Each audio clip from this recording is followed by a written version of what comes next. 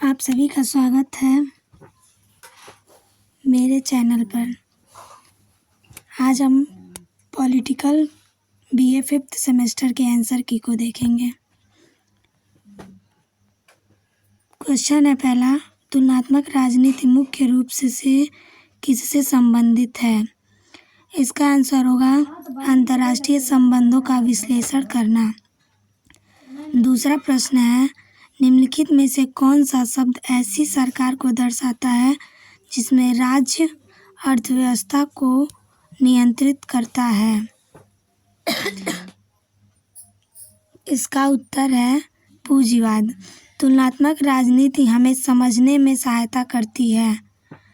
इसका आंसर हमें नहीं मिला है। चौथा प्रश्न है, तुलनात्मक राजनीति का मुख्य उद्देश्य है राजनीतिक भिन्नताओं और समानताओं को समझना। Option C is right answer. पांचवा प्रश्न है, तुलनात्मक राजनीति में अध्ययन शामिल है। इसका उत्तर होगा ऑप्शन डी। छठवां प्रश्न है, तुलनात्मक राजनीति के दायरे में एक प्रमुख क्षेत्र है। इसका भी आंसर हमें नहीं मिला है। सातवां प्रश्न है, तुलनात्मक राजनीति की उपयोगिता है। अगर आप लोगों को इसका आंसर पता हो तो हमें कमेंट जरूर करें।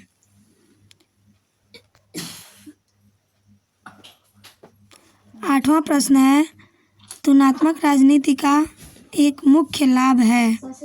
इसका आंसर होगा अन्य देशों की राजनीतिक प्रयोगों से सीखना। Option A. नौवां प्रश्न है, कौन सा सिद्धांत बताता है कि आर्थिक कारक राजनीतिक संरचनाओं के मुख्य चालक हैं? इसका उत्तर है मार्क्सवादी सिद्धांत। 10वां प्रश्न है, तुलनात्मक राजनीति में व्यवहारवाद जोर देता है मात्रात्मक डेटा और अनुभवजन्य शोध पर।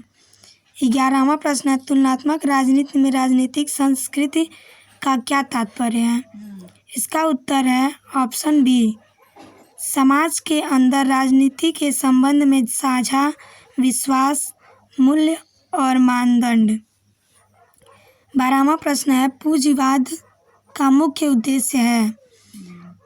इसका उत्तर होगा ऑप्शन सी, लाभ को अधिकतम करना।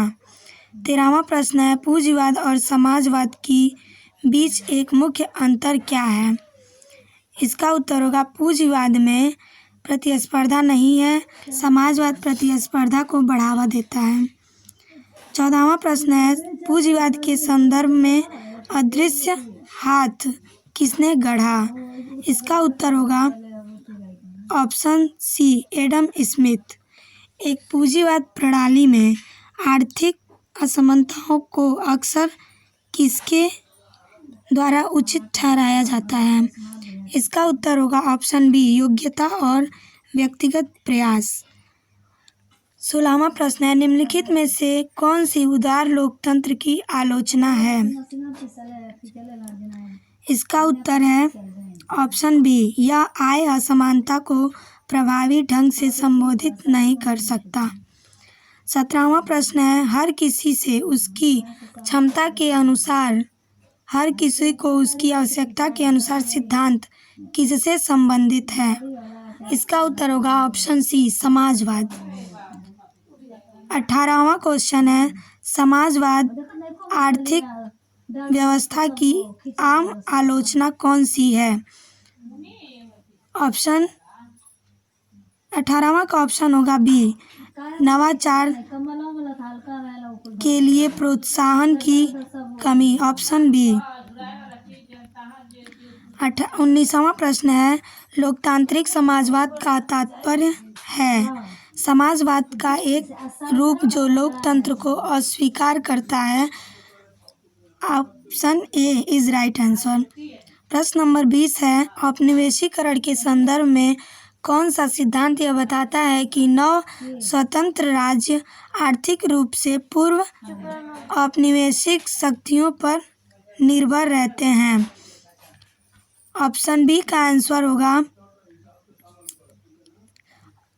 सॉरी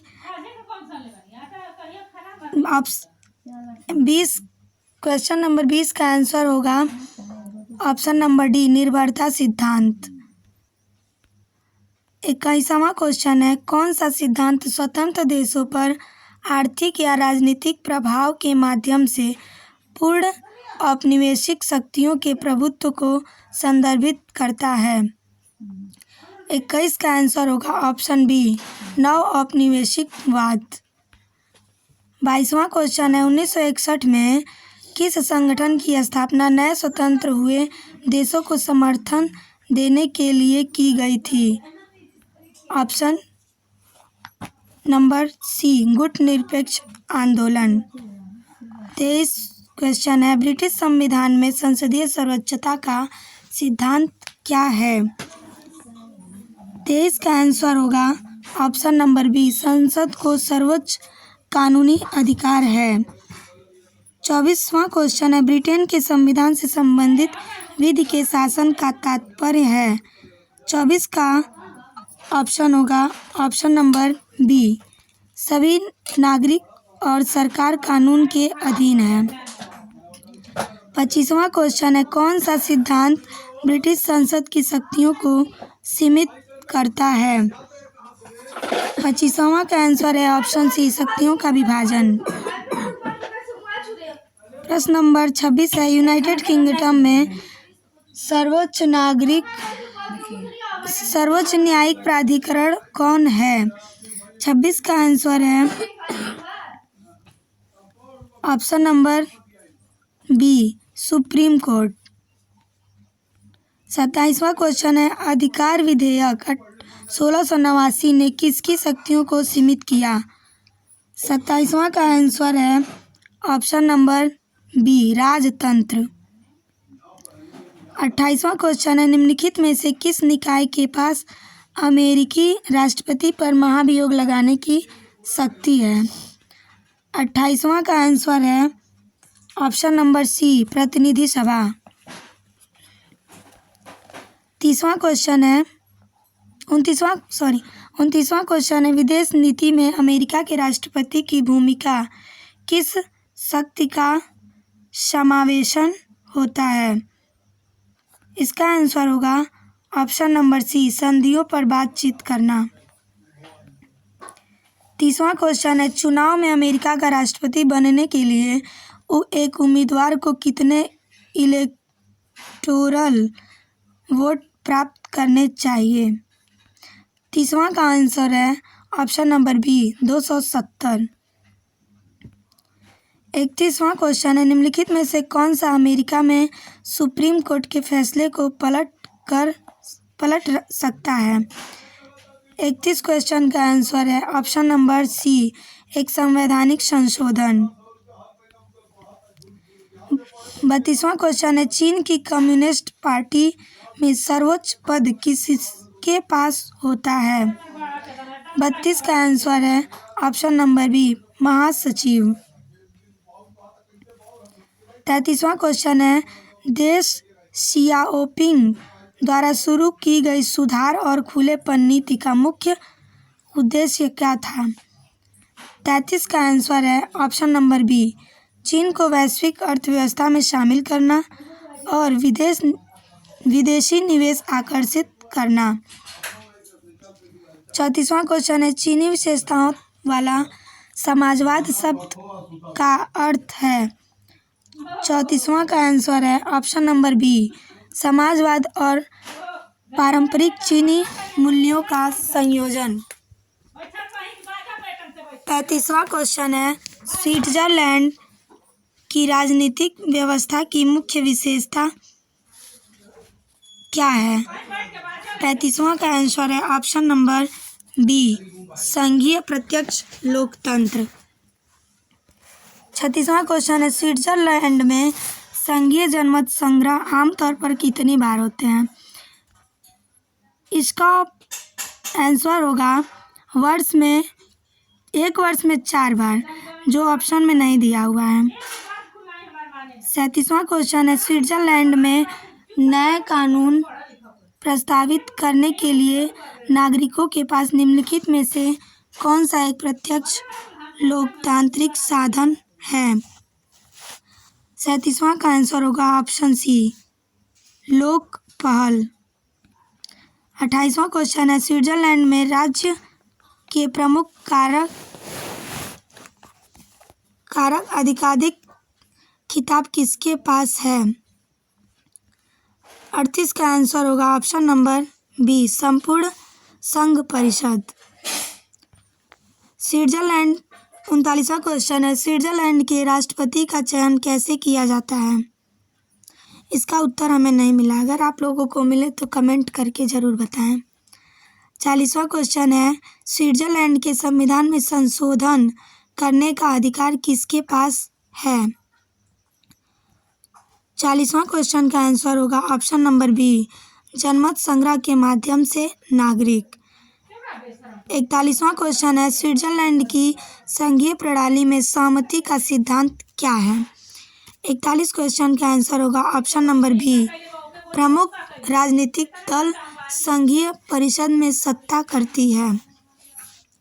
42वां क्वेश्चन है, किस विचारधारा ने यूरोपीय औपनिवेशिकता को नस्लों के बीच प्राकृतिक चयन के रूप में उचित ठहराया? 42 का आंसर होगा ऑप्शन नंबर सी, सामाजिक डार्विनवाद। 43वां क्वेश्चन है, नव औपनिवेशवाद में अक्सर निम्नलिखित में से किसके माध्यम से नियंत्रण शामिल है? 43 क्वेश्चन का आंसर है ऑप्शन नंबर बी, सांस्कृतिक संस्थान और व्यापार नीतियाँ। 44वां क्वेश्चन है, निम्नलिखित में से कौन सा नव औपनिवेशिक प्रभाव का एक प्रमुख साधन है? 44वें क्वेश्चन का आंसर होगा ऑप्शन नंबर बी, अंतर्राष्ट्रीय व्यापार समझौते। सॉरी, मिस्टेक हो गया।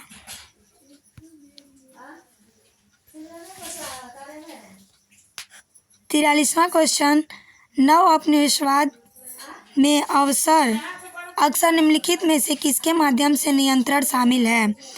43 क्वेश्चन का आंसर है ऑप्शन नंबर बी, सांस्कृतिक संस्थान और व्यापार नीतियाँ। 44वां क्वेश्चन है, निम्नलिखित में से कौन सा नव औपनिवेशिक प्रभाव का एक प्रमुख साधन है? 44वें क्वेश्चन का आंसर है ऑप्शन नंबर बी, अंतर्राष्ट्रीय व्यापार समझौते। 45वां क्वेश्चन है, किस विद्वान का संबंध तुलनात्मक राजनीति में संरचनात्मक कार्यात्मक दृष्टिकोण से है? ऑप्शन नंबर बी होगा, गैब्रियल आलमंड। 46वां क्वेश्चन है, सिविक कल्चर नागरिक संस्कृति की अवधारणा से जुड़े मुख्य विद्वान कौन थे? Option number B, Gabriel Almond और सिडनी वर्बा। 47वां क्वेश्चन है, सिविक कल्चर मॉडल में किन प्रकार की राजनीतिक संस्कृतियों के पहलुओं का संयोजन है? Option number A, parochial, subject और पार्टिसिपेट संस्कृतियाँ। 48वां क्वेश्चन है, कन्फ्यूशियस का मानना था कि आदर्श शासक को किसके माध्यम से नेतृत्व करना चाहिए? 48 का आंसर होगा ऑप्शन नंबर बी, नैतिक उदाहरण और गुण। 49वां क्वेश्चन है, चीन में सर्वोच्च नेता कौन से 3 मुख्य पद धारण करता है? 49 का आंसर होगा ऑप्शन नंबर बी, सीपीसी के महासचिव, राष्ट्रपति, केंद्रीय सैन्य आयोग का अध्यक्ष। 50वां और अंतिम प्रश्न है, चीन की राजनीतिक व्यवस्था का मुख्य वैचारिक आधार क्या है? इसका आंसर होगा ऑप्शन नंबर डी, मार्क्सवाद, लेनिनवाद और माओ के विचार। इसमें जो भी त्रुटियां हुई होंगी आप लोग क्षमा करिएगा, और जो आंसर मुझे नहीं पता है कमेंट करके ज़रूर बताएं। धन्यवाद।